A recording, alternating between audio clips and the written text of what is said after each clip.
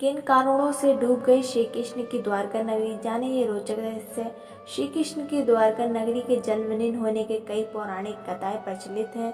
श्री कृष्ण की द्वारका नगरी के डूबने की मुख्य दो वजह मानी जाती हैं। चलिए जानते हैं इनके बारे में। हिंदू धर्म के 4 धामों में से एक द्वारका धाम को भगवान श्री कृष्ण की नगरी कहते हैं।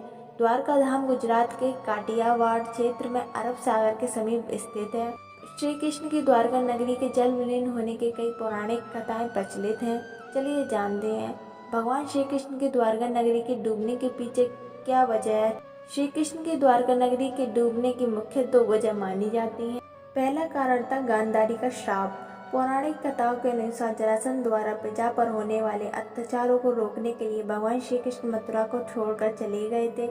श्री कृष्ण समुद्र किनारे अपने एक दिव्य नगरी बसाई। इस नगरी का नाम द्वारका रखा। माना जाता है कि महाभारत में 36 वर्ष बाद द्वारका नगरी समुद्र में डूब गई थी। महाभारत में पांडवों की विजय हुई और सभी कौरवों का नाश हो गया था। इसके बाद जब युधिष्ठिर को हस्तिनापुर में राजतिलक हो रहा था, उस समय श्री कृष्ण भी वहां मौजूद थे। तब गांधारी ने श्री कृष्ण को महाभारत युद्ध का दोषी ठहराते हुए भगवान श्री कृष्ण को श्राप दिया कि अगर मैंने अपने आराध्य की सच्चे मन से आराधना की है और मैंने अपना पतिव्रता धर्म निभाया है, तो जो जिस तरह मेरे कुल का नाश हुआ है, उसी तरह तुम्हारे कुल का नाश भी तुम्हारी आंखों के समक्ष होगा।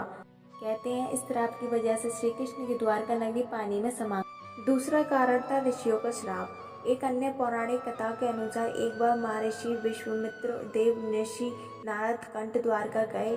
तब यादव वंश के कुछ लड़के ऋषियों के साथ उपवास करने के प्रयोजन से श्री कृष्ण के पुत्र शाम को स्त्री वेश में ले गए और ऋषियों से कहा कि यह स्त्री गर्भवती है, आप इसके गर्भ में पल रहे शिशु के बारे में बताइए, क्या जन्म लेगा।